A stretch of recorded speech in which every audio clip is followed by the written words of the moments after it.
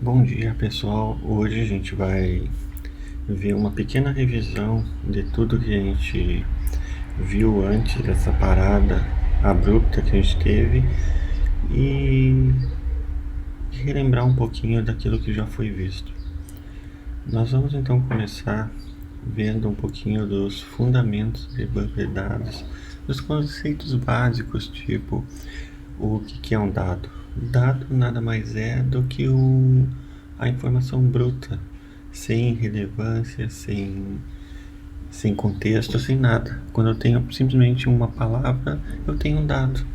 A informação já começa a se formar quando, a partir dos meus dados, eu passo a dar significado para eles, tá? E daí, quando eu começo a criar estruturas para guardar essas informações, esses dados, eu passo a ter meus bancos de dados, tá? Quando eu começo a adicionar ferramentas para guardar,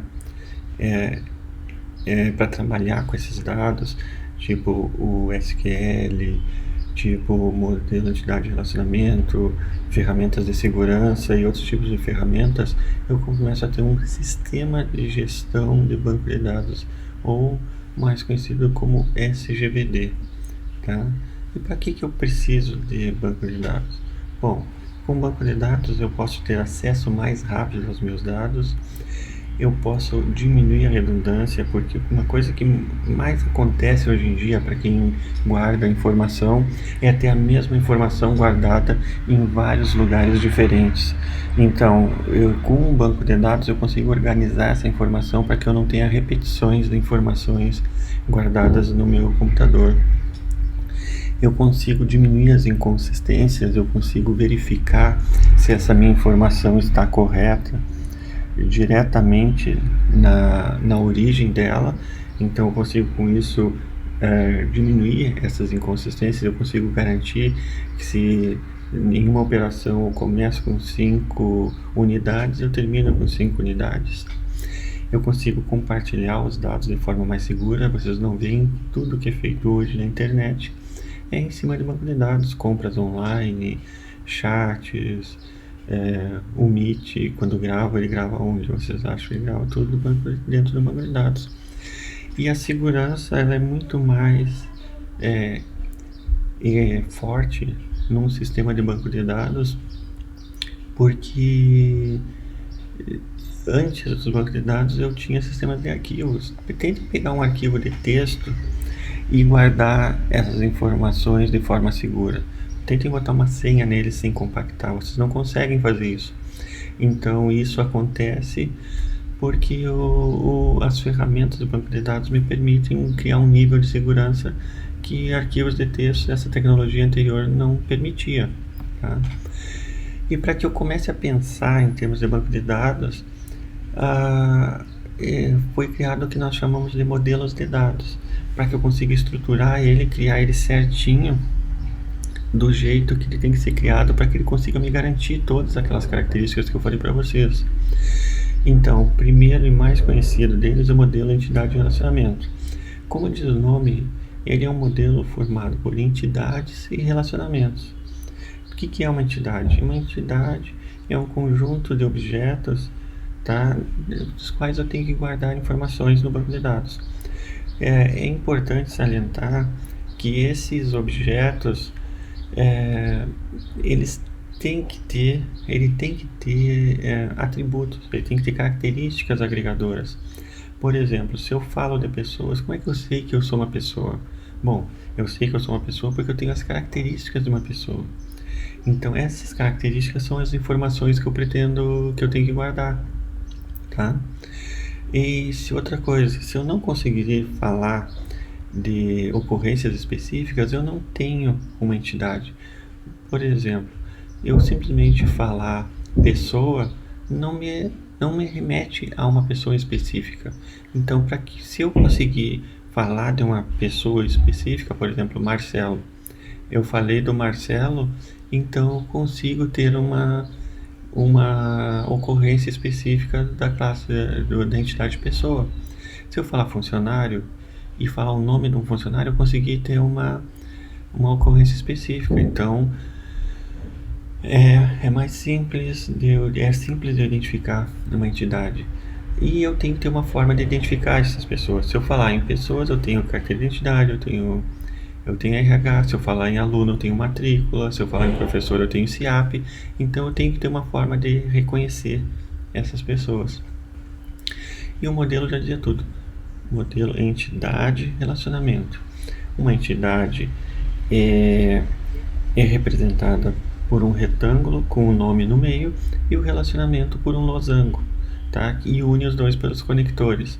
Aqui está mostrado para vocês que eu tenho a entidade funcionário, a entidade departamento, e associando os dois eu tenho um relacionamento, tá? Entre funcionário departamento, que o nome desse relacionamento está funcionário em departamento.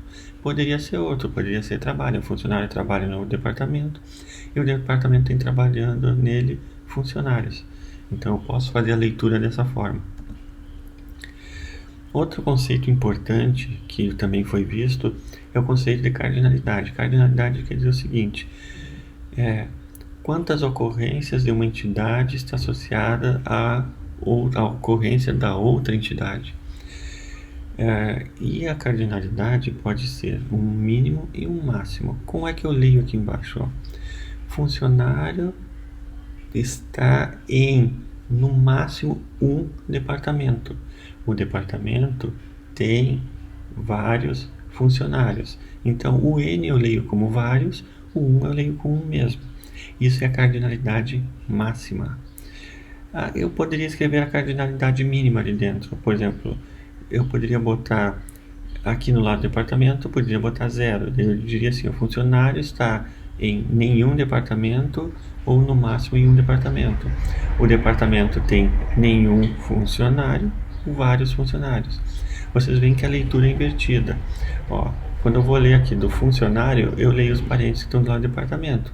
Quando eu vou ler departamento, eu leio o parênteses que está do lado do funcionário. Então, o funcionário está em, no máximo, um departamento. O departamento tem vários funcionários. Tá? Os tipos de relacionamento, eles são muito importantes eu saber. Por exemplo, eu tenho um relacionamento de 1 para 1. O que quer dizer isso aí? Um elemento de uma entidade se relaciona no máximo com um elemento de outra entidade. No mínimo 1, no máximo 1. Então eu pego e olho aquele exemplo ali. Pessoa, aqui, esse exemplo aqui. Pessoa. Eu tenho, se a relação entre pessoas e o casamento, eu tenho um que é o marido e eu tenho outro que é a esposa. Tá? E, por enquanto, na nossa legislação, um marido pode se casar com uma esposa e uma esposa pode se casar no máximo com o marido. Assim, eu tenho um relacionamento de 1 para 1. No mínimo uma pessoa casa com no mínimo outra pessoa e no máximo uma pessoa casa com no máximo outra pessoa. Aí eu tenho um relacionamento de 1 para 1.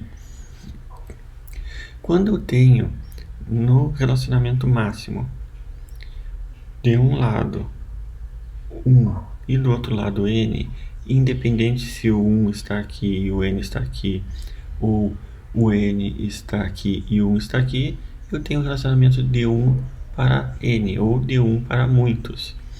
Isso é importante eu saber, porque o que vem a seguir depois dos nossos relacionamentos vai depender muito dessa relação aqui. Quando eu tenho cardinalidades máximas, N e N, eu tenho um relacionamento de muitos para muitos. É muito importante eu prestar atenção em algumas coisas. Agora eu vou falar em termos da cardinalidade mínima. Se eu tenho em algum lado cardinalidade mínima 1, cardinalidade mínima máxima, quer dizer o seguinte: o funcionário obrigatoriamente vai estar em um departamento. Por que obrigatoriamente? Se ele vai estar no mínimo em 1 e no máximo em 1, quer dizer que ele é obrigatório. Tá? Se eu tenho um funcionário, eu obrigatoriamente estou em departamento. Ele é opcional quando eu tenho aqui, por exemplo, eu vou ler daqui do outro lado aqui, o departamento tem nenhum ou mais de um funcionários. Isso quer dizer que isso aqui é uma associação opcional, porque ele tem ou não tem funcionários. Então, eu só tenho que cuidar com isso aqui. Então, a cardinalidade mínima máxima me diz o seguinte: esse é um relacionamento de 1 para 1, esse é um relacionamento de 1 para vários, de 1 para muitos, ou esse é um relacionamento de N para N, muitos para muitos. E a cardinalidade mínima me diz o seguinte: ela é obrigatória ou ela é opcional? Tá? Então, eu tenho que sempre levar essas coisas em consideração. Tá? Como eu disse para vocês, tem que ter características para serem guardadas. Então, eu tenho atributos que podem ser atribuídos. E como é que esses atributos são atribuídos às minhas entidades? Eles são guardados dessa forma. É um tracinho e uma bolinha. Tá? Então tá. Dessa forma aqui eu pego e boto todos os meus atributos quando for necessário. Aqui passa a ter algumas características dos atributos. Olha só. O engenheiro ele pode ter o código do engenheiro e o nome do engenheiro. O atributo aqui diz o seguinte, ó, esse nome ele é único, ó, e obrigatório. Lembra que eu disse para vocês, ó, olha aqui, ó, ele é obrigatório. A função eu posso ter um relacionamento com atributos. Por quê? Porque eu só vou ter uma função se eu tiver um engenheiro associado a um processo. Se eu não tiver um engenheiro associado a um processo, eu não tenho uma função. E eu posso ter vários telefones para aqueles ali. Então, eu posso ter cardinalidade em atributo. Tá? Ó, aqui eu tenho... e também, outra característica dos atributos é que eu tenho que ter uma forma de identificar a entidade. E essa forma de identificar é o que a gente chama de identificador. O identificador, como é que eu represento ele? Eu represento ele assim, ó. É a mesma bolinha, a mesma marcação, só que preenchido. E esse identificador ele pode ser simples, quando ele é um só, ou ele pode ser composto, quando é mais de um. Importante vocês saberem o seguinte: apesar de serem dois atributos, isso aqui é um identificador composto. Apesar dele ser um só, ele é um identificador simples. E aqui é um identificador composto. A diferença dos dois é que é a seguinte: aqui o código do engenheiro nunca pode se repetir. Cada engenheiro que tiver vai ter um número diferente, é que nem uma identidade do CPF.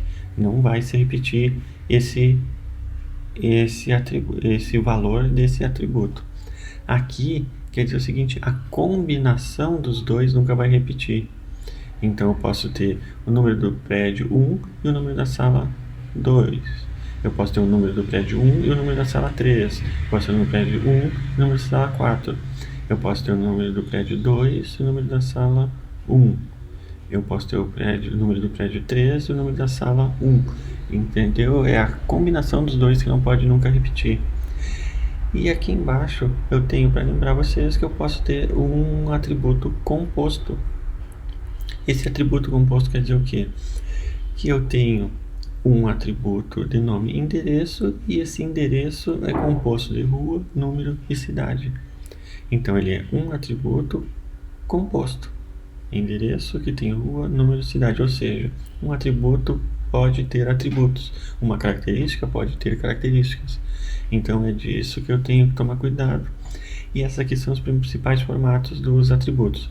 O formato simples, atributo no relacionamento, que acontece quando ele só vai existir quando houver a relação entre os dois. Por exemplo, eu só tenho uma função se eu tenho um engenheiro associado a um projeto. Atributo multivalorado. Telefone, eu posso não ter telefone, eu posso ter mais de um telefone. Nome é obrigatório eu ter um nome. Atributo identificador, que pode ser simples, onde ele é só um atributo, ou ele pode ser composto, onde ele tem dois atributos formando esse identificador. E o atributo pode ser composto. Esses aqui são os principais elementos que vocês não podem deixar de saber, nunca. As entidades, elas ainda podem ser especializadas. O que eu quero dizer com isso? Eu posso ter uma categoria e essa categoria pode ser dividida em subcategorias. Aqui eu tenho alguns exemplos para vocês. Ó. Eu tenho um médico, daí eu posso ter um médico residente e eu posso ter um médico efetivo. Tá?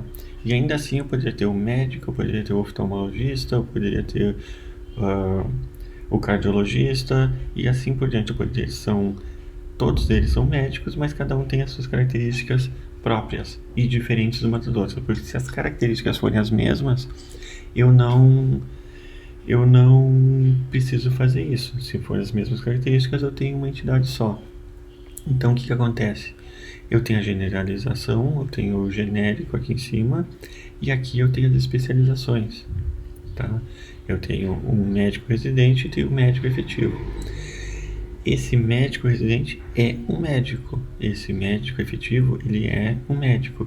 Isso aqui é a noção de herança. Eu herdo do meu pai, eu tenho as características do meu pai, mas eu tenho as minhas próprias características. Eu tenho as características da minha mãe, mas eu tenho as minhas próprias características. E a especialização pode ser de dois tipos. Ela pode ser total, como quando aparece um T aqui, ó, esse T pode estar aqui em cima ou aqui dentro.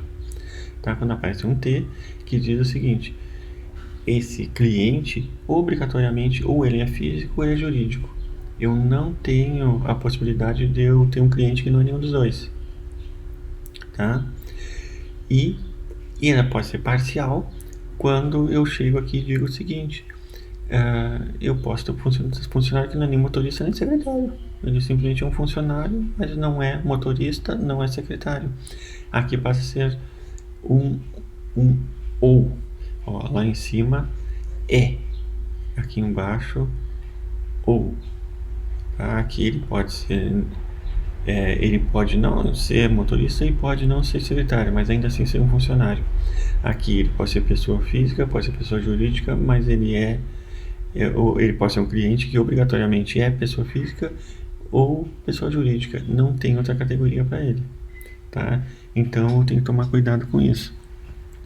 Quando eu vou utilizar essa estrutura, quando fica evidenciado no exemplo que eu tenho subcategorias dentro de uma categoria, tá? Aí eu vou utilizar. Outro modelo que nós vimos foi a entidade fraca. O que quer dizer a entidade fraca? A entidade fraca quer dizer o seguinte: esse meu dependente, ele só existe se eu tenho um sócio. Se eu não tenho um sócio, eu não tenho um dependente. Tá? Então, se eu tenho um dependente e tenho um sócio, então eu tenho uma entidade fraca. Então, pessoal, aqui para a primeira revisão era isso. Vocês olhem bem isso aqui, porque daí na aula nós tiramos as dúvidas sobre esse conteúdo.